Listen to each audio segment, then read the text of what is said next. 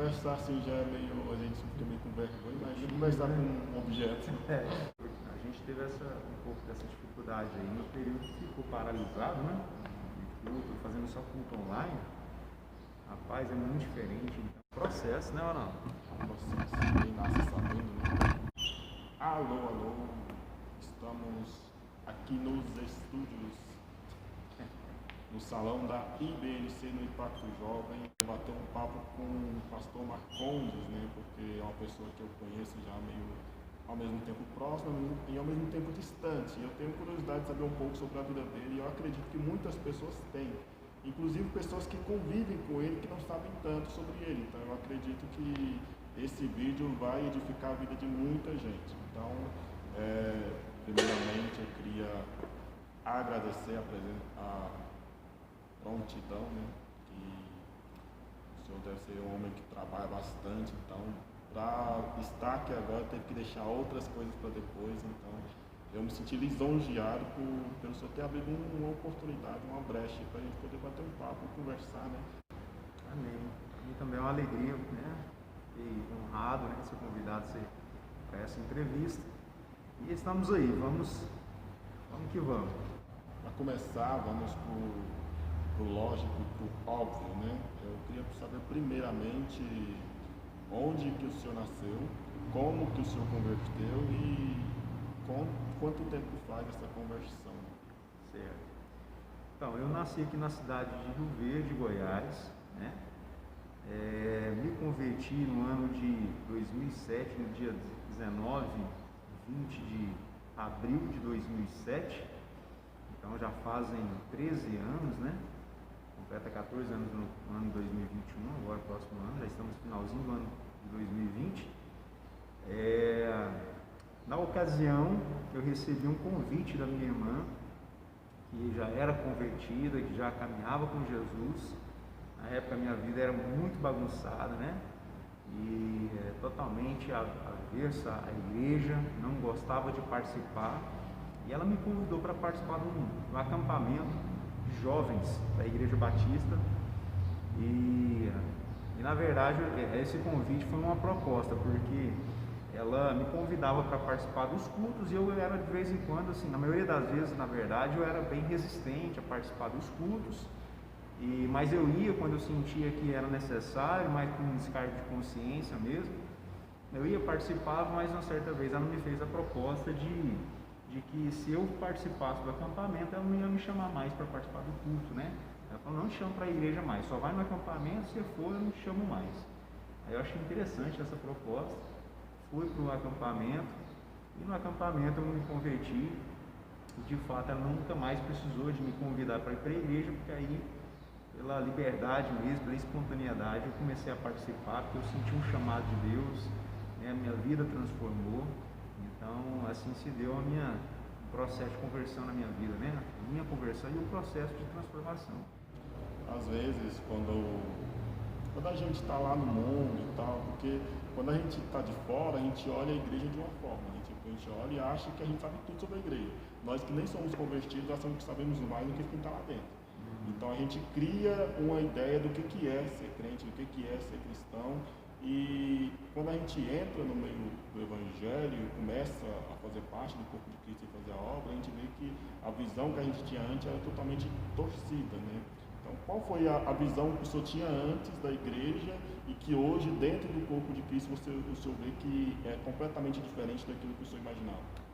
Eu vejo assim que as pessoas que não congregam, que não participam de nenhuma igreja, né, enxergam a igreja pelo lado de fora como um sistema que prende, né, como um sistema que impede, onde muitos só falam não pode isso, não pode aquilo, muito cheio de regras, né? E essa era a minha visão, e eu acredito que seja a visão de muitos que estão do lado de fora da igreja, né? Que não tem esse costume de congregar.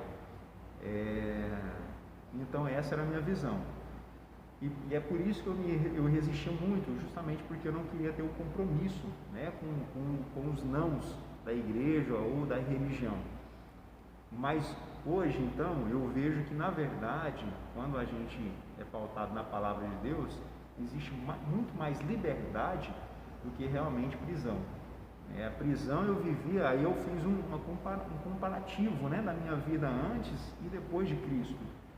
Então eu percebi que a liberdade em Cristo, uma liberdade que eu não tinha antes de conhecê-lo. Então essa era a minha visão, que era distorcida, mas que hoje eu enxergo diferente, né?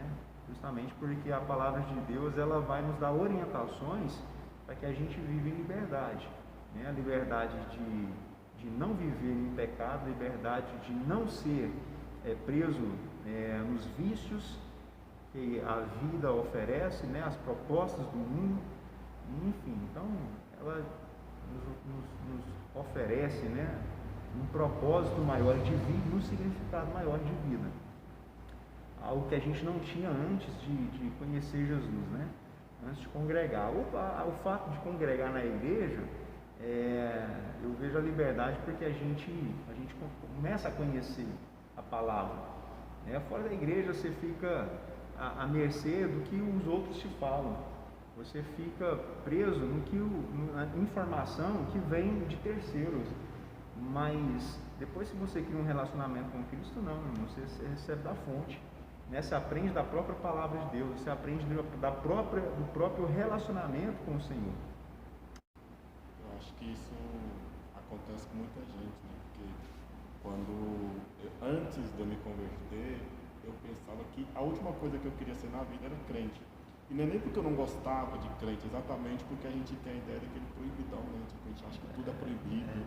Eu não posso isso, não vou poder aquilo, então para que eu vou virar crente? Só que depois, quando você está ali no meio, você se converte, começa aquele processo de transformação, você começa a renunciar, porque como o Espírito Santo ele vem convencendo a gente do que é certo e que é errado, então você começa a não gostar mais de coisas que você gostava antes. Então eu fui vendo que é bem diferente de quando eu achava que eu era obrigado a largar e alguém ia me forçar a largar aquilo, aquela vida, sendo que é um processo natural que Deus faz na vida da gente. Então tem coisas que eu gostava muito antes e que hoje não faz a menor falta na minha vida. Então, uma outra pergunta que eu queria fazer, que é sobre os 503 anos da Reforma Protestante, né? Tivemos aí muitas pessoas envolvidas, né, nesse acontecimento e pessoas que estavam dispostas a perder a vida para poder nós termos o que nós temos hoje, né? O que o senhor acha que nós precisamos resgatar daqueles homens que lutaram e batalharam para poder termos uma nova reforma hoje? Olha, Ronaldo, eu vejo assim, a palavra de Deus diz que uma frase, um texto, né, um ensinamento da Bíblia que fala o seguinte: conhecereis a verdade e a verdade vos libertará. Naquele tempo da reforma, há 503 anos atrás, quem que tinha acesso à Bíblia, à palavra e o que nós conhecemos como a verdade, era somente os sacerdotes, né? Ou o pessoal da elite, quem tinha mais poder econômico, é que tinha acesso a isso. Agora, o povo mesmo, se não tinha, o povão não tinha acesso à Bíblia. Então, um dos desdobramentos, né, um dos reflexos da reforma foi justamente trazer ao povo o acesso à palavra de Deus. E a reforma começou, foi justamente por isso também, porque alguém que teve compreensão da palavra entendeu que não era necessário ter que ofertar, ou ter que levar uma cesta básica, ou ter que pagar pela salvação, mas que a salvação era 100% gratuito, porque alguém pagou o preço, e quem pagou o preço foi o próprio Jesus. Então os reformadores entenderam isso aí, que a justificação, que é o livramento, né, da morte eterna, era pela fé. Então, para nós hoje, né, para a gente continuar dar continuidade à reforma nas nossas vidas, no nosso coração, no nosso dia a dia, o que a gente precisa é de convicção da palavra de Deus. Agora, primeiro, a gente tem acesso à palavra, então o que falta é a gente ir até ela, né? A gente acessar de fato a Bíblia, né? Não adianta eu ter, por exemplo, um smartphone aqui na minha mão, né? Eu tenho ele, eu ando com ele no bolso, mas se eu precisar de alguma informação e eu não acessar o que está aqui dentro, eu não vou atingir essa informação, eu não vou ter essa informação. A Bíblia é do mesmo jeito, não adianta eu apenas ter ela nas minhas mãos. Apenas ela ser apenas acessível a mim, eu tenho que acessar ela também. Palavra de Marcondes, não basta a Bíblia ser acessível a você, você também tem que acessar a Bíblia. É isso aí. Eu queria fazer uma pergunta relacionada à família. Né? Eu fiquei meio encabulado em saber que a nossa diferença de idade não é grande. Não que eu achasse que sou velho, mas é porque eu sou um homem tão culto, tão sábio. Mas nós somos praticamente da mesma geração, né? Então acompanhamos os mesmos processos, as mesmas brincadeiras de criança lá. Né? E hoje o senhor é um homem pai de família, casado, e eu queria saber qual é o segredo para poder ter uma família abençoada e qual é o conselho que o senhor dá para esses jovens que estão nessa espera. Então, eu vejo a família, ela tem uma importância que muitas vezes a gente até desconhece, né? Família é plano de Deus, é propósito de Deus. A família foi a primeira instituição criada por Deus, né? Então assim, hoje a gente recebe muitos parâmetros, né, pela palavra de Deus, a gente recebe instruções e às vezes na geração, em todas as gerações eu acredito que o homem ou a mulher sempre busca muito o quesito fisionomia, né, o quesito estereótipo, né, esse é gordinho, ou esse é magrinho demais, ou esse é moreninho ou branquinho demais, enfim. Né, mas isso não é tudo. Né? A pessoa precisa ter caráter, mas acima de tudo, eu acredito que a pessoa tem que ter o propósito, né? Tem que viver dentro do mesmo propósito que você. Então acho que isso tem que ser um ponto muito forte, Ronaldo, principalmente para o cristão. Né? Por quê? Porque o cristão ele é movido por um propósito. O cristão que não é movido por um propósito, ele está desnorteado, ele vive desnorteado. Então tudo que a gente faz, as decisões que a gente toma, os relacionamentos em que a gente se envolve, sabe, vai dar sequência no propósito da nossa vida. Né? Então eu, quando me converti, ainda novo convertido, eu comecei a entender, né, o que Deus queria de mim, qual seria o meu chamado, o meu propósito, né? Assim, de uma forma ainda não muito aprofundada, mas já comecei a entender. Então eu comecei a buscar justamente dentro desse propósito, né? Alguém que pudesse me dar suporte, alguém que pudesse compartilhar comigo também, né, da vida dela, alguém que iria dar condições da gente viver junto esse chamado, né? E uma pessoa que eu teria confiança. Enfim, e a partir disso aí, cara, a gente vai construindo, né, família, a gente vai construindo relacionamento, a gente vai dando sequência. Eu imagino que para a gente ter um relacionamento bem sucedido, a gente tem que procurar uma pessoa que está dentro do propósito da gente. Tá? O senhor tinha me falado que antes do senhor se converter, o senhor não queria ter filhos. Isso. Então, o que mudou, assim, tipo, a visão que o senhor tinha de casamento antes, de família, e a visão que o senhor passou a ter depois que começou a servir o Evangelho? Ótimo. Na verdade, assim, antes de converter, eu não tinha expectativa de ser pai, de me casar, que eu acho que é um outro pensamento normal, né, da geração de hoje. Para que casar? Né? Para que constituir uma família? Filho, né, o pensamento antes de converter, né, eu pensava, filho é mais para dar despesa, né, e às vezes ocupação e trabalho do que realmente qualquer outra coisa. Então, realmente não tinha perspectiva, né, de construir uma família. Mas quando me converti, rapaz, esse anseio, esse desejo aumentou meu coração, sabe?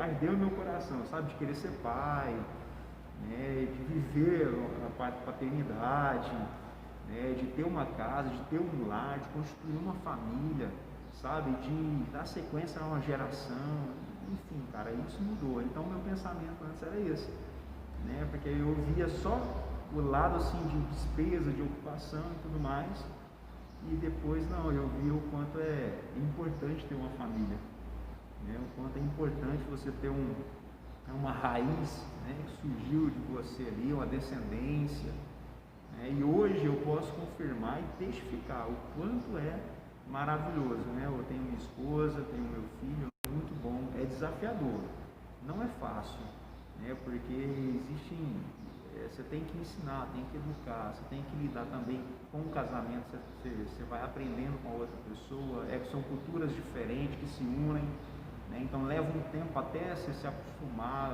ou você aprender a lidar com a personalidade da outra pessoa, né? É desafiador, mas existe um grande benefício nisso aí. Eu acho que o fruto a gente vai colher também ao longo, né, de toda a vida, mas principalmente na velhice, né, quando você vê a sua geração bem sucedida, né, a sua descendência bem sucedida.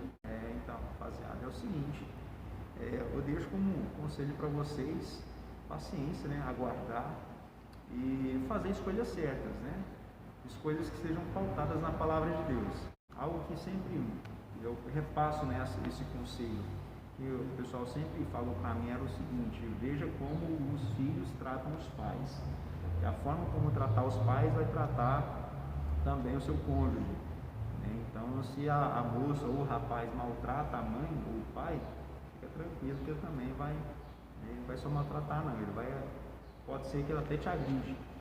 Então tem que tomar cuidado com isso. No ano passado o tema da conferência é Deeper, né? Mais profundo, firmado ali no Ezequiel. E esse ano, 2020, foi Eu Protesto, com base no livro de Romanos. Quais eram os propósitos daquela conferência do ano passado, da conferência desse ano, e quais foram os desafios e qual foi o efeito que esses dois eventos trouxeram? Certo. Toda vez que a gente vai mas é desafiador, né? Então, no ano, todo evento que a gente vai fazer, a gente sempre busca, né, a direção de Deus, a gente busca fazer algo que vai ser realmente relevante, né, para a sociedade, para a igreja, para a nossa comunidade, para a sociedade e para a geração em todo, né? Então, a gente quer fazer algo que realmente vai tocar corações, que vai trazer transformação. A gente não faz somente pelo movimento, ou para encher a igreja, ou para trazer pessoas, ou para arrecadar dinheiro. Não é esse o propósito. Então, um dos propósitos é tocar vidas, né? Que o que a gente faz seja relevante para o nosso tempo. No ano passado, a nossa direção foi a conferência Deeper, justamente porque a gente queria que os jovens se aprofundassem mais em Deus, em relacionamento, em conhecimento da palavra, em trabalho social, né, de se doar a outra vida. A gente entende pela palavra que a fé, ela sem obras, ela é morta. A fé, se ela não for demonstrada em ações, em atitudes, ela não representa nada, né? Tiago vai falar isso aí na carta de Tiago.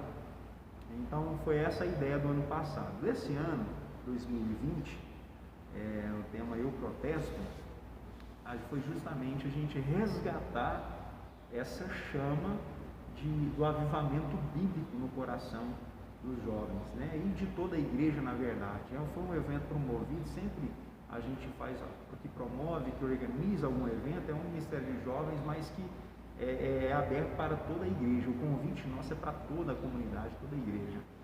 E o propósito desse ano foi justamente isso, esse avivamento bíblico no coração, né, do cristão, principalmente, porque o propósito do cristão é ser luz lá fora, mas se ele não tiver essa luz dentro dele, ele não consegue resplandecer. Então trazer, né, essa perspectiva bíblica, esse entendimento, essa profundidade, esse avivamento, e para que possa realmente resplandecer. O senhor tinha falado que o senhor é formado em teologia. Além da formação teológica, o senhor tem alguma outra formação? Tem algum desejo, alguma coisa que o senhor ainda não realizou, que o senhor almeja realizar? Eu tenho a formação teológica. E quando eu antes de converter, eu até comecei a fazer um curso de ciência de computação, mas como eu não tive na época condições de dar continuidade, condições financeiras mesmo, eu tive que trancar a matrícula, o curso, e aí nesse período aí de 6 meses eu acabei iniciando teologia, e bom, e como eu comecei teologia, então meu foco mudou, né? A direção da minha vida mudou, e eu entendi que não valia a pena eu retornar para esse curso, não fazia parte, né, agora do meu propósito de vida. Então eu abandonei o curso de ciência da computação, então eu só fiquei com teologia. Tenho esse interesse de complementar com outros cursos, né, porque eu acho que o conhecimento sempre agrega, mas ainda estamos estudando, né, essas possibilidades, as condições, que a gente tem que levar em conta tudo isso, né, a família também, o filho que está vindo, já de repente daqui a pouco um próximo, né, um segundo herdeiro vai vir aí.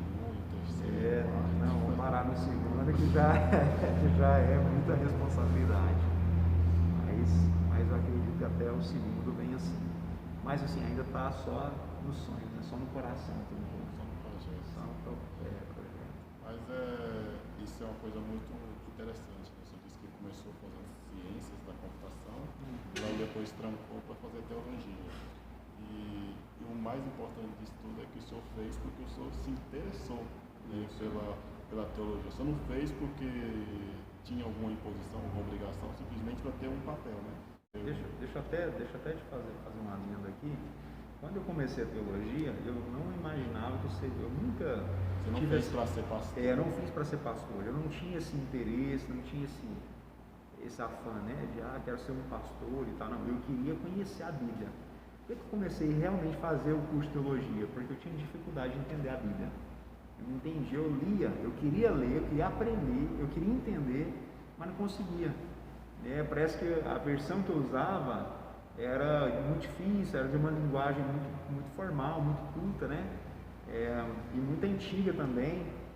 Então aquela tradução ainda, sabe, de palavras difíceis, né? Tinha que ficar buscando no dicionário. E eu, como não entendia muito, né? Não sabia que tinha outras versões. E aí eu pensei, cara, eu vou fazer um curso e de repente no curso a mente abre, e de fato foi o que aconteceu. E no processo, né, fazendo o curso de teologia, é que as coisas foram acontecendo, né? Eu fui pegando, sabe, entendendo, né, o comprometimento com Cristo, com a obra de Deus, e o meu chamado se deu no meio do curso. O senhor acredita que essa pandemia prejudicou a obra de Deus e o Evangelho? Eu vejo que o Evangelho não. A palavra de Deus fala que a porta do inferno nunca prevalecerá contra a igreja. E eu vejo que a igreja somos nós, né? E o Evangelho, ele está em nós. E o Evangelho fala de um reino que é celestial, que é o reino de Deus. Então o reino de Deus está acima do mundo, acima das circunstâncias, acima dos acontecimentos do mundo. Então nada pode parar, nada pode interromper o progresso do reino de Deus. Porque já há uma ordem do reino de Deus ser estabelecido. Então, aos poucos ele está se estabelecendo, né? Se estabelece nas nossas vidas, no momento que uma vida se converte. Então, as vidas não pararam, as pessoas não pararam de conhecer Jesus. O Evangelho não parou de se pregar. Agora, houve, às vezes, um prejuízo, né, no trabalho da igreja em si, da igreja local, da igreja instituição. Houve sim um prejuízo por conta da pandemia. Eu posso dar um exemplo, por exemplo. Nós começamos um projeto que se chama PGB, que é o Pequeno Grupo Batista, né? Que é tipo uma célula, que é um trabalho de evangelismo e de conhecimento bíblico que a gente desenvolve nas casas, nos lares, com o intuito de envolver mais as pessoas. Então, nós começamos esse projeto no ano de 2019. E durante 6 meses foi um sucesso, foi muito bom. A gente conseguiu agregar muitas pessoas, só que acabou parando, interrompendo por conta da pandemia, porque não podia aglomerar, a gente tinha que manter a reclusão e tudo mais. Então, isso sim foi prejudicial, mas não é o Evangelho, né? Vamos então para a próxima pergunta, que é: essa última conferência, né, dia 31 de outubro, tem um protesto, o Senhor disse que a maior bênção do ser humano não é a salvação, mas sim o Espírito Santo. E eu fiquei meditando muito sobre isso, né? Porque realmente é o Espírito Santo que convence o homem do pecado, né? E o Senhor também disse que pelo Espírito Santo fazer parte da terceira pessoa da Trindade, acaba que ele não é muito lembrado. Eu só acho que a igreja de hoje, ela anda mais fria, ou não é mais como era antes, porque as pessoas têm dado pouca importância ao Espírito Santo. Eu vejo assim, a gente costuma usar nesse termo essa classificação, né? Primeira pessoa, segunda pessoa, terceira pessoa da Trindade, e geralmente a gente fala muito de Deus Pai, muito de Jesus Cristo e dá pouca ênfase ao Espírito Santo. Até a própria Bíblia, quando eu li o texto, né, a palavra de Deus em Romanos capítulo 1, falava o seguinte: Paulo ele dizia, né, eu não me envergonho do Evangelho de Cristo, porque é o poder de Deus para a salvação de todo aquele que crê. Então existem três pontos aqui, né? Primeiro, o Evangelho que é de Cristo, que é o poder de Deus, e quando ele fala de Deus, ele está falando na figura do Deus Pai, né? Daquele que enviou o Filho para manifestar esse Evangelho, que o Evangelho fala sobre a morte, a ressurreição de Jesus, e fala que é para a salvação daquele que crê. Mas a gente só consegue crer. A salvação, ele é uma grande bênção de Deus. A salvação, ele é o primeiro reflexo, o primeiro presente do maior presente de Deus. Que eu acredito que a maior dádiva de Deus é o Espírito Santo fazendo a obra dele em nós.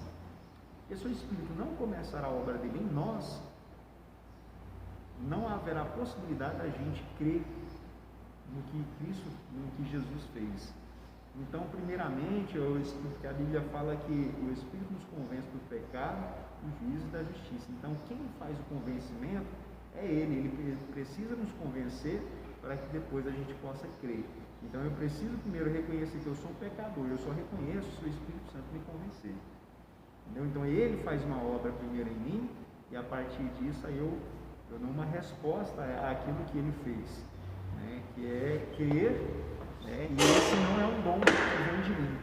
Então, porque se eu falo que a minha fé, que a fé foi algo que eu produzi, e que vem somente de mim, né? Eu acabo fazendo parte da salvação, mas a Bíblia não fala isso, fala que pela graça sois salvos mediante a fé, e isso não vem de vós, é um dom de Deus.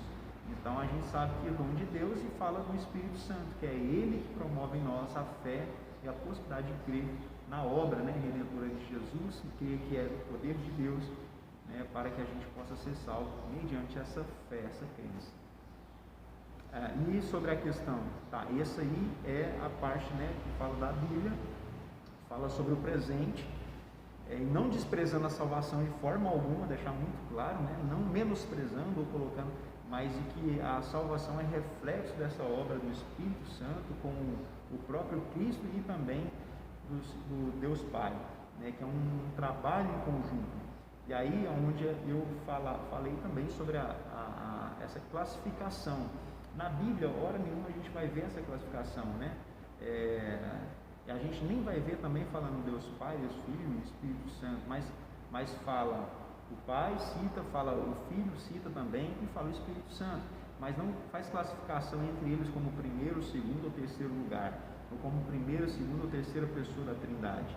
A gente acaba, né, classificando, e se a gente for fazer um comparativo, por exemplo, o ser humano gosta de uma escala. Gosta de uma escala. E quem que lembra do terceiro colocado de alguma coisa? Quem que lembra do terceiro colocado, né, nas Olimpíadas? Eu vi alguém falando isso aí esses dias, né, e até uso esse mesmo argumento. Quem que lembra? Ninguém lembra da terceira pessoa. Você lembra do primeiro, do segundo, do pódio, né, mas o terceiro até sobe, mas tipo assim, não tem a mesma relevância dos outros. Eu acho que a gente não pode considerar, né, nem o Pai, nem o Filho, nem o Espírito Santo. Os três estão no mesmo nível, até porque os três são um. né?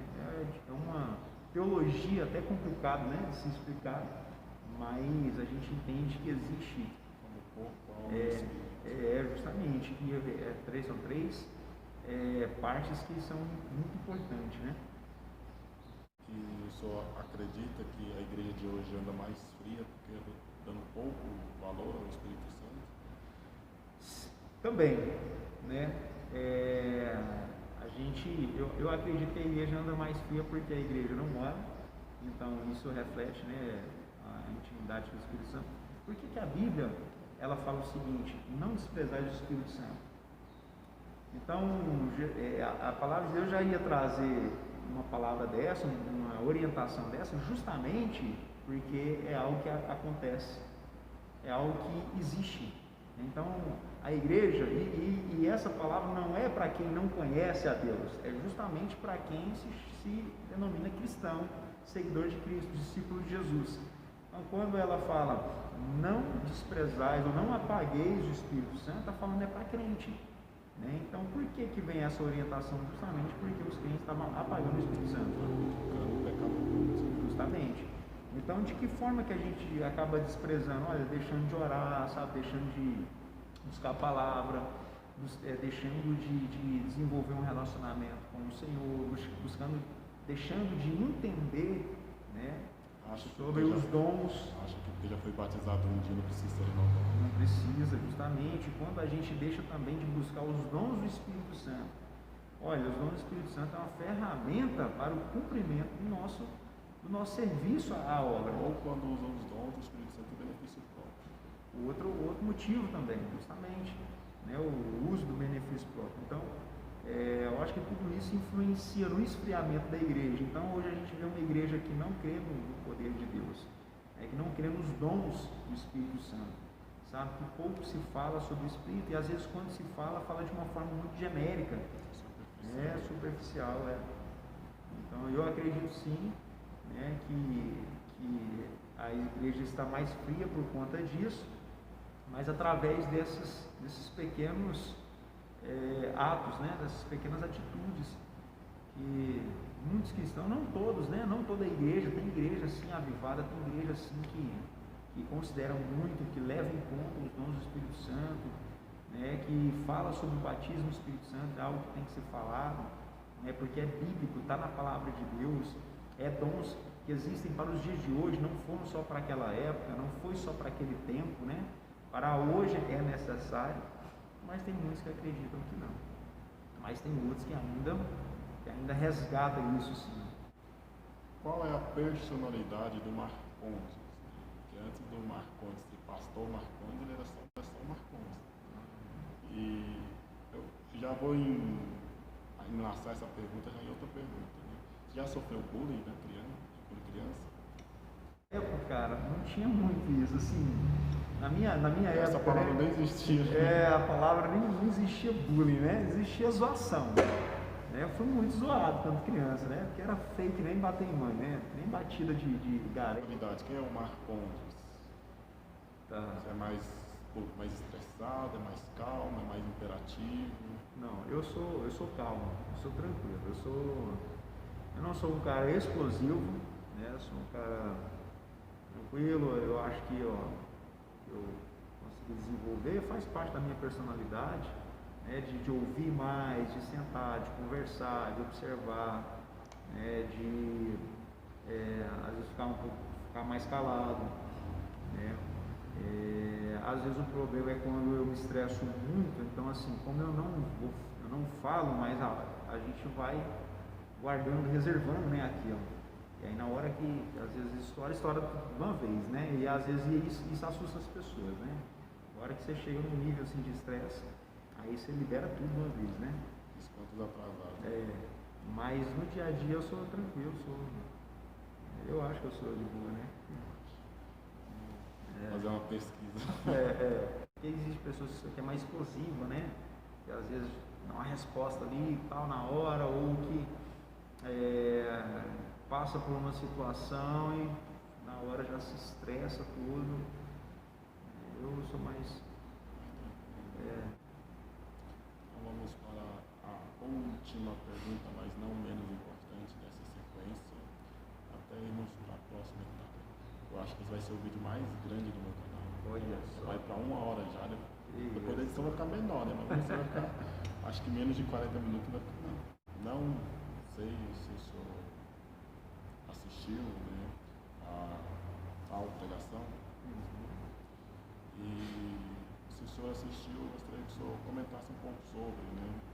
Eu assisti ela 3 vezes, porque eu não gosto de me levar por matérias, o povo coloca uma chamada lá assim, só para chamar atenção, para a pessoa ficar curiosa, ir lá e abrir, e acabar divulgando, sem nem sequer ter visto o conteúdo. Então, eu assisti a primeira vez, assisti a segunda, assisti a terceira, porque eu ia gravar um vídeo sobre, então eu precisava me inteirar sobre o assunto, então eu assisti 3 vezes.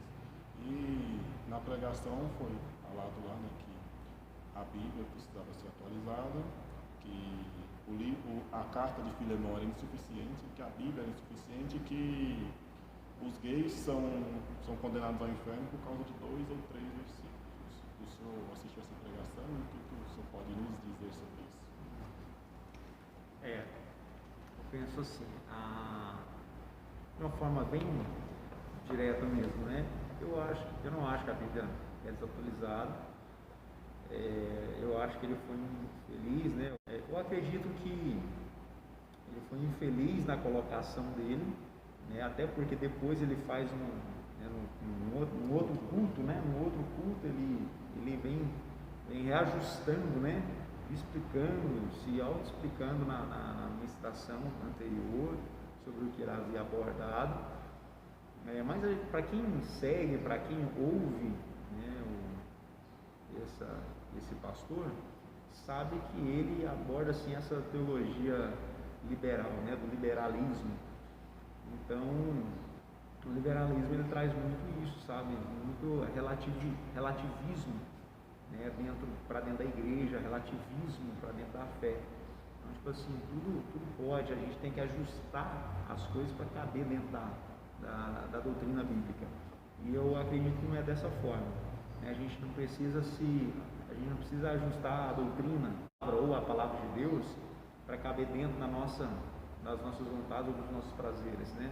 A gente não ajusta a palavra de Deus para ela fazer parte da nossa tradição ou da nossa cultura. Não, é a gente que se ajusta para entrar no reino de Deus. Romanos capítulo 12, a Bíblia fala: não vos conformeis com este século, mas transformai-vos pela renovação da vossa mente. Então a gente não transforma ou atualiza a palavra, né, para ela caber dentro da nossa mente. A gente transforma a nossa mente, né, com a palavra de Deus. E na questão da homossexualidade, a Bíblia sim fala sobre esse comportamento, né? Então não é sobre a pessoa, é sobre o comportamento. Então, aqueles que praticam tais comportamentos, né, o comportamento ele é condenado, né? O comportamento ele é negado diante de Deus, sim, é negado. Então, quando esse pastor aborda essa questão, ele quer trazer um relativismo em relação a isso, sabe? Ele usa de um gancho, ele usa de um conceito que ele pega lá do Antigo Testamento, né, mostrando que aquela passagem ela não condiz com o julgamento dos dias de hoje. Aí depois ele aborda algo que está presente no Novo Testamento, né, de um conceito, de um comportamento, aliás, que é negado pela palavra de Deus, sabe, que é condenado pela palavra de Deus, sim. E ele tenta fazer uma comparação entre essas duas passagens, mostrando que a Bíblia precisava ser atualizada. Então, assim, eu acho que foi algo muito ruim da parte dele, sabe? Foi uma falta de interpretação ou tentando liberar, né?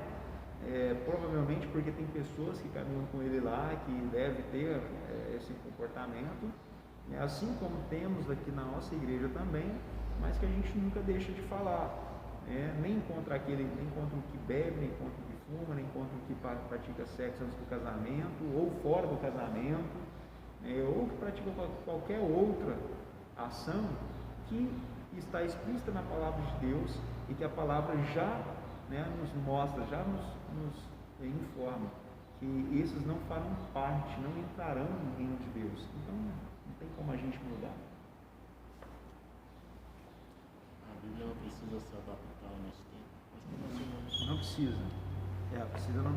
A Bíblia não precisa se adaptar, né, a nós. Uma coisa que eu vejo é que as pessoas, não generalizando, mas a grande maioria, elas acreditam que Deus tem uma birra de gay, né? Porque em todos os assuntos esse é um debate.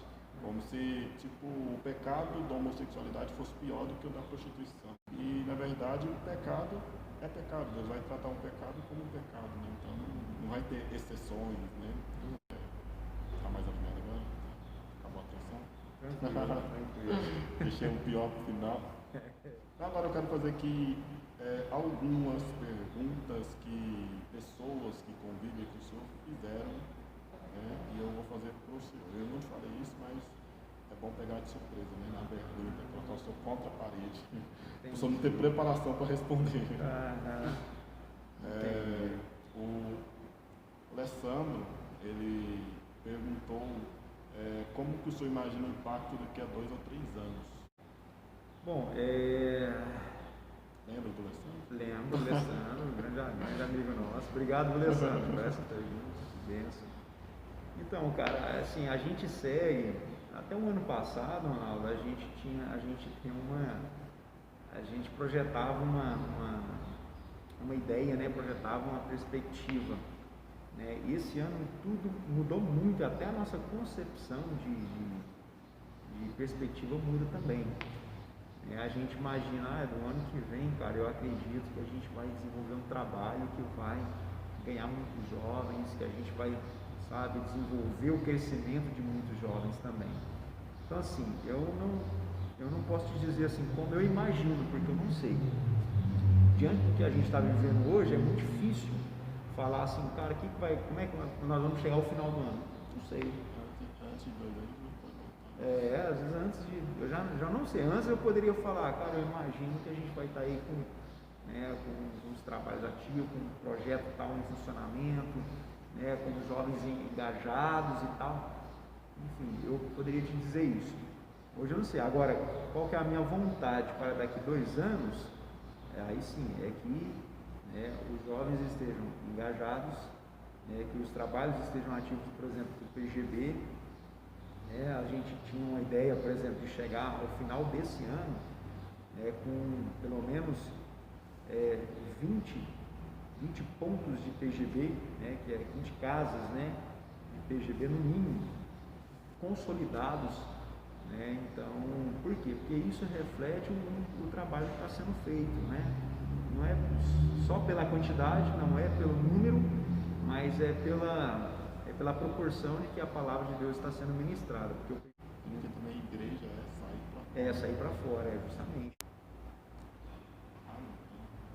O Billy Graham, quer dizer, o David, qual foi a sua maior luta contra o velho homem? Como o senhor venceu? Bom, deixa eu ver, porque foram tantas, cara. O que não falta é luta, né? O que não falta é luta. O seguinte, quando eu tinha muita amizade, né? Então, quando eu me converti, uma das primeiras coisas que eu tive que fazer não foi abandonar as amizades, mas eu tive que me excluir, né, do meio que eu vivia. Por quê? Porque influencia muito, né? Então eu era um cara que tinha envolvimento com droga, com bebida, com balada, ia em balada todo final de semana praticamente. Tanto é que a minha grande resistência de ir para o acampamento é porque tinha uma grande festa no dia que ia rolar, acontecer naquele final de semana, justamente naquele final de semana. Não pode ter essa força. Não pode. E ainda eu tinha convidado uns amigos nossos que moravam em Goiânia para vir para participar, e eles vieram. Então, assim, rolou uma grande intriga mesmo, né? Justamente por isso que a hora que a galera eu cheguei no domingo, porque eu fiquei incomunicado lá. Quando eu cheguei no domingo, que a galera me ligou, falou, pô, cara, onde você estava, moço? Onde você passou esses dias tudo? Eu falei, não, cara, eu estava um acampamento de jovens aí, tava na igreja. Não, aí os caras, não, então vem pra festa. Não, vou pra igreja. Eles riram na minha cara achando que eu tava zoando. Pô, cara, isso é engraçado demais. Eu falei, é comédia. Essa é o comédia. Eu falei, não, eu não tô zoando não, eu vou pra igreja mesmo. Aí, cara, quando eles viram que era sério, aí eles começaram a me xingar tudo. Mas enfim. Então, assim, O maior grande desafio foi se desligar das velhas amizades. desligar. Te levar para o caminho. Justamente. Então teve que haver uma ruptura mesmo, né, para eu não ser influenciado e para eu permanecer no caminho com Cristo. Eu tinha um envolvimento com droga, então assim, no dia que eu aceitei Cristo, acabou, nunca mais coloquei nenhum tipo de droga no meu organismo. Fui liberto. Minha maior luta foi essa, a ruptura, né, de amigos, né? Outra coisa, como que eu agi, né? Então, rompendo mesmo, sabe? Me envolvendo com a igreja, me envolvendo com os trabalhos da igreja. Então, eu comecei a participar de tudo. Jovens, ia para a igreja, eu passava o dia todo na igreja. Então, aí depois que eu percebi que eu estava mais estabelecido, mais enraizado mesmo, né, na fé, aí eu comecei a ir atrás deles. Mas aí na época ninguém quis. O pastor Gessé, conhece? Rapaz, gente boa, hein? Ele falou para mim te perguntar o que mudou da mentalidade de quando o senhor era jovem para a mentalidade dos jovens que o senhor pastoreia hoje. Vamos lá, eu acredito que o que mudou, deixa eu até pensar nessa pergunta dele aqui, a pergunta dele, né? Interessante. Eu acho assim, que cada geração, eu acredito que em cada geração a mentalidade muda mesmo, né? Então hoje a geração ela é muito envolvida com tecnologia, né? Ainda mais do que na minha época. Então, por exemplo, hoje chega na roda de jovens aí, a galera tá toda, cada um no seu smartphone ali, na rede social, e eles estão conversando com eles mesmos, né, pelo Instagram, pelo WhatsApp, com outro canal. Na nossa época o celular era um sonho. Então, era um sonho, então assim. Bem distante. Então eu acho assim que a questão de envolvimento pessoal é um dos pontos. Eu acho que mudou muita coisa na mentalidade do jovem mudou de lá para cá. Mas eu acho que um dos pontos, e que eu acho que é o principal, é o envolvimento pessoal, né? O interrelacional.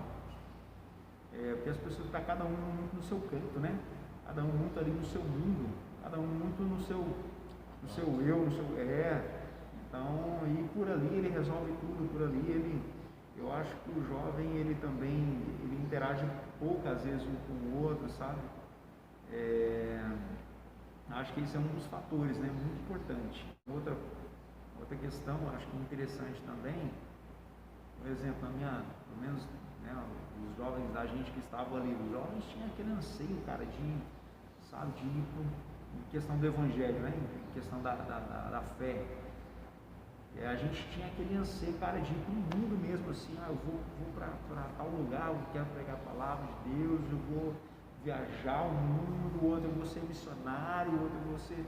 Acho que eu via esse negócio assim, sabe? Hoje eu não sei se eu vejo tanto. Às vezes me bate um desejo de ser um pouco mais jovem. Eu tenho 28, aí eu queria ter uns 18. Só que aí depois eu fico lembrando assim, nossa, eu vivi a melhor época que uma pessoa podia nascer, né? Então, hoje em dia você não vê mais jovens na rua brincando, você não vê mais pessoas se relacionando umas com as outras, né? Exatamente pelo fato de não ter a mesma tecnologia que tem hoje, as pessoas se comunicavam mais antigamente pessoalmente. E eu também, quando eu me converti há 10 anos atrás, eu vejo que mudou muita coisa da juventude daquela época para essa época. Porque antigamente os jovens eles tinham mais energia para ir para a rua.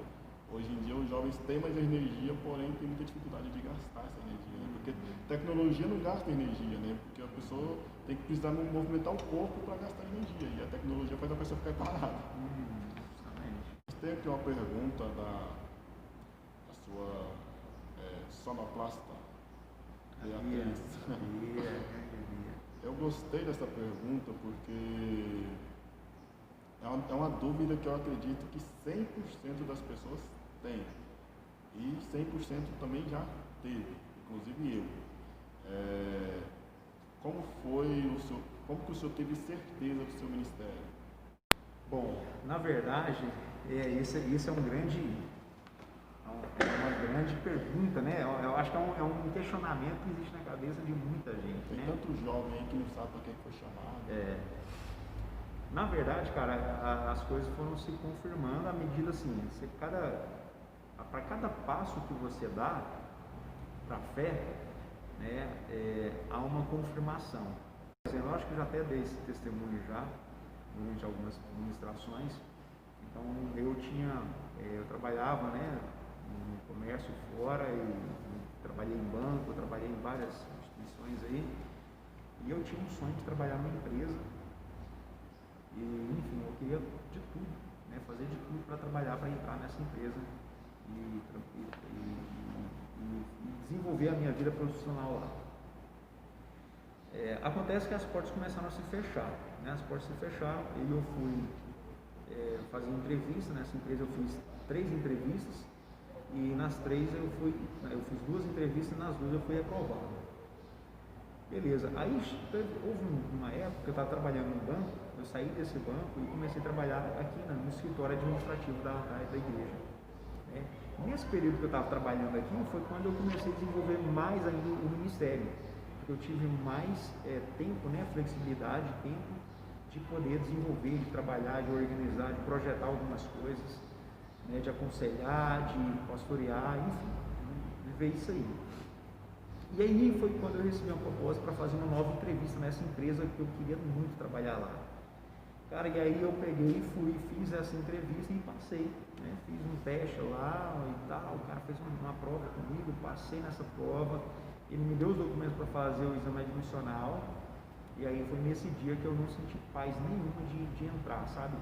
Tipo assim, era tudo que eu queria, mas eu não tinha paz nenhuma. E lá eu ia ganhar muito bem, e muito bem assim, do que eu ganhava na época, não era muito. Enfim, cara, e aí foi aí que eu percebi, eu falei, olha, eu acho que isso aí vai contrário ao propósito da minha vida. Então, até então, eu não tinha muita certeza, eu sabia que eu tinha um chamado, só que era muito duvidoso, assim, sabe? Por quê? Porque as coisas parece que não aconteciam, né? Então, a partir disso aí, que eu tomei essa decisão, só que eu tive que tomar um passo de fé, cara. Imagina, eu teve que ter que abrir mão. Eu estava namorando, eu estava querendo noivar já com a Camila, que na época era minha namorada. E tipo assim, aquilo poderia me dar uma condição melhor para poder, né, seguir na nossa vida e tal, para a gente noivar e daqui a pouco casar, era um sonho nosso, né? E aí eu tive que abrir mão, eu tinha que tomar uma decisão, cara, abrir mão de tudo aquilo, interromper, né, o processo ali de noivado e tudo mais, para poder continuar aqui. Então eu tive que abrir mão, tive que tomar essa decisão. Foi muito difícil, muito difícil. Então tem que ser meio doido. Tem que ser meio louco, cara. Tem que dizer não para muitas coisas que só Deus pode explicar. Justamente. E aí foi isso aí, as confirmações foi vindo depois, sabe? Abriu mão desse emprego, que eu só ganharia bem, eu casaria e teria uma estrutura financeira melhor para sustentar a família, porque o seu chamado estava gritando já nesse momento. Justamente. Nesse momento, aí foi quando, assim, não foi aquele negócio assim, Deus não desceu do céu e falou, olha, recusa lá porque eu tenho grandes coisas para você. Nunca aconteceu isso. Eu não estava lendo a Bíblia, de repente uma bola de fogo entrou no meu quarto, entendeu? Não aconteceu nada disso. Igual um trevo de quarta folha e abriu. E de repente Deus, eu ouvi uma voz, eu não senti nada, não vi, eu só não senti paz. Pareceu um profeta na sua casa marchando. Não apareceu. E aí, o que eu me lembrei? Eu me lembrei de um texto, né? Que falava que seja a paz o árbitro do vosso coração. E aí foi nessa palavra que eu me apeguei e me direcionei por ela, por isso. Por isso que é importante nós termos um relacionamento com Ele para poder saber o que vem de Deus e o que não vem de Deus. Porque às vezes essa oportunidade você poderia hoje estar rindo, poderia estar numa situação bem mais confortável do que você está agora. Porém, como o senhor mesmo disse, o teu espírito não estava bem. Não adianta. O que adianta financeiramente a pessoa está bem, mas o espiritual dela está todo comprometido. Não, eu te digo mais, aí na época passou, se eu não me engano, foi nem um ano, foi uns 10 meses, eu acho. Menos de um ano a empresa fechou, cara. A empresa rolou um rebuliço, né, na economia na época, eu lembro. E aí a empresa teve que sair daqui para um outro lugar, se instalar em outro estado. E aí a unidade daqui de Rio Verde fechou. E até o pessoal que trabalhava acabou tendo que, alguns foram dispensados, outros já foram encaminhados para outro lugar, outros receberam a proposta para ir para outra cidade, que não seria o meu caso, né? No meu caso eu não iria para outra cidade. Então assim, dá para você ver que foi realmente direção, mas na época não foi fácil decidir. As pessoas da sua volta não entendiam sua decisão? Não, a Camila, rapaz, quase terminou comigo. Você é louco, você é doido, você não quer casar, fala de casar comigo e tá aí. Morar debaixo da ponte. Aí, só que assim, no dia, né? Isso foi no dia. Mas aí depois, no outro dia, assim, durante a semana, né? Nesse processo, depois ela me deu muita força, sabe? Ela compreendeu isso também. Ela foi vendo também os frutos, e também, o Ronaldo, os frutos vão surgindo, sabe? Jovens começaram a vir, né? Porque na época eu estava, então assim, assumindo o Ministério de Jovens, eu tinha assumido, então assim, eu estava dando mais ênfase, estava desenvolvendo mais, né? E começando assim, ter um ritmo de pregação maior, né? Mais vezes durante a semana, e tendo aconselhamento, e aí com isso, desenvolvendo outros projetos também fora da igreja, e com isso os jovens começaram a vir. Tem uma frase, né, que fala que fé é você primeiro colocar o pé para depois Deus colocar o chão. Então às vezes você recusou naquele momento, mas no fundo também você estava meio que tipo aquela pequena dúvida, mas e depois? Justamente. Aí foi depois que Deus confirmou, né? E a decisão de querer ou não era sua, Deus não interferiu na sua decisão, porém as consequências dessa decisão iam chegar também. Simeão, ele pergunta como é que tinha sucedido a sua entrada nos jovens, como que o senhor tomou essa decisão e como é que foi o processo? Tipo, o senhor sentiu de entrar nos jovens ou Deus confirmou de alguma forma? O processo, para minha entrada, né, para o meu envolvimento no ministério, se deu desde quando eu comecei a participar do Ministério de Jovens, né? Foi quando eu me envolvi de cabeça mesmo, eu comecei a participar de tudo, né? Eu comecei a caminhar muito com os pastores, né? Com os líderes na época. Na época tinha um outro pastor que era pastor de jovens, e ali eu colei nele, né? E ele começou a me passar tudo, como que funcionava, né? Os jovens, como que era o trabalho na igreja. Então, tipo, a gente ia para tarde para a igreja lá para organizar as cadeiras, para arrumar o salão, para realizar o culto. E aí, cara, aos poucos eu fui me envolvendo com as atividades. Comecei a participar da liturgia, comecei a participar da organização, da limpeza, de tudo.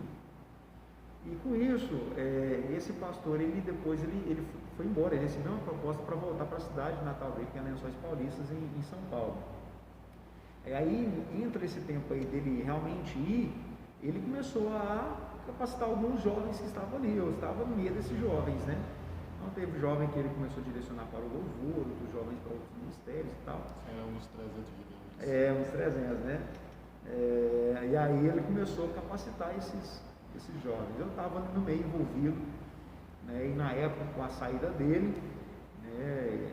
O que eu acredito? Eu acho que o comprometimento é que fez a diferença, né? O comprometimento, a disponibilidade também. Isso que aí ele começou a me capacitar, começou a me orientar, justamente me preparando para assumir o ministério quando ele fosse embora. Essa última pergunta é uma pergunta minha. Na verdade, todas são minhas, exceto essas últimas aqui. Né? Mas o senhor falando aí, né, me veio à mente agora, eu queria que o senhor falasse um pouco sobre isso, né? Porque tem muitas pessoas que têm dificuldade de se firmar. Ou algumas não têm disponibilidade, outras mesmo é questão de espiritualidade ou fraqueza na fé, alguma coisa que impeça ela de estar firme, de estar constante. O senhor acredita que a cura para esse mal, digamos assim, da pessoa não ter tanta força para poder estar firme, estar constante, é a falta de envolvimento na obra? E o que o senhor pode dizer para essas pessoas que têm essa dificuldade? Porque muitas pessoas têm essa dificuldade. Ronaldo, eu penso que a inconstância na fé é um problema do coração pessoal. Como que um jovem ou como que uma pessoa vai firmar na fé, buscando ter um coração que anseia pela palavra?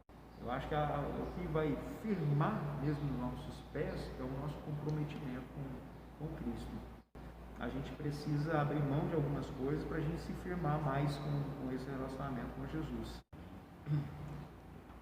Glória a Deus. Amém. Glória a Deus. Vamos para o final, né? Para o bate e volta.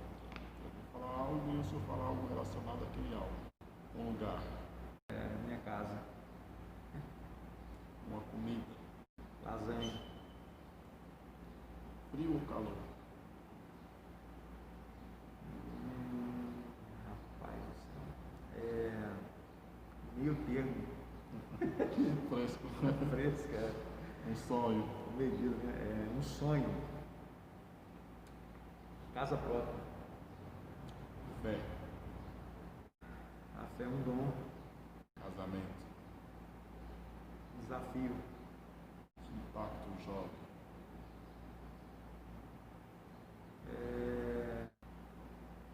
Sabe quando você tem uma palavra para falar, mas não sai?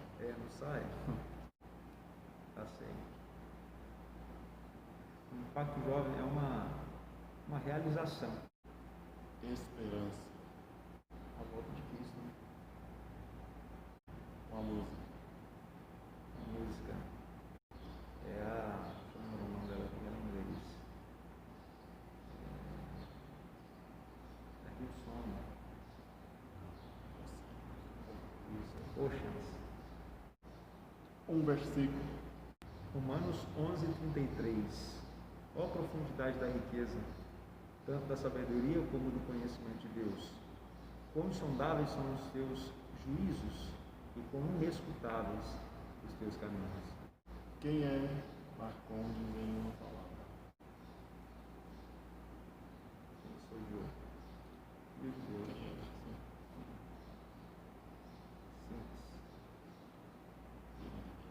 Meu Deus.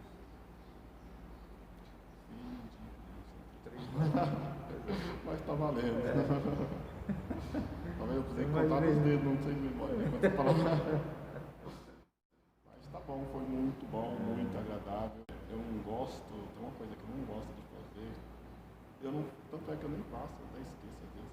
Primeiro é que eu não gosto e segundo é porque eu esqueço. Que é pedir para se inscrever. Eu não gosto. Mas né, às vezes eu tô lá assistindo um vídeo e se a pessoa lá não fala para me inscrever, às vezes eu nem escrevo. Às vezes eu gostei do canal, gostei do vídeo. A gente fica tão empolgado, invocado no treinar que esquece de fazer. Então, convido o pessoal aí para se inscrever. Fala galera, obrigado pela participação de vocês, obrigado primeiramente também ao nosso grande amigo Ronaldo Jesus, né, que nos convidou aí para essa entrevista. É desafiador, né, mas foi muito bom estar esse tempo aqui com vocês. Eu quero deixar aí fazer um desafio para você também. Se inscreva nesse canal, se você gostou, se você curtiu, se inscreva, curta também esse vídeo, compartilha com a galera que você conhece, abençoa vidas e tamo junto. Vem com nós, Deus abençoe. Amém.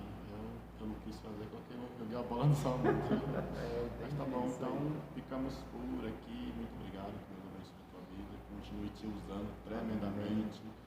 Se eu já te admirava antes, agora então minha admiração só dobrou, só multiplicou. É esse. Lidar com jovens não é fácil, né? E Deus tem te dado muita sabedoria. E me admira você ainda não ter cabelo branco, né? Porque tá cuidando de jovens, o cabelo tá preto ainda. Por enquanto, né, meu irmão? Espero daqui a pouco você vai ver. Então, muito É obrigado. isso aí, Deus Ronaldo. abençoe. Amém. Então, Tamo tchauzinho junto. lá. Alô, galera! Spirit, lead me where my trust is without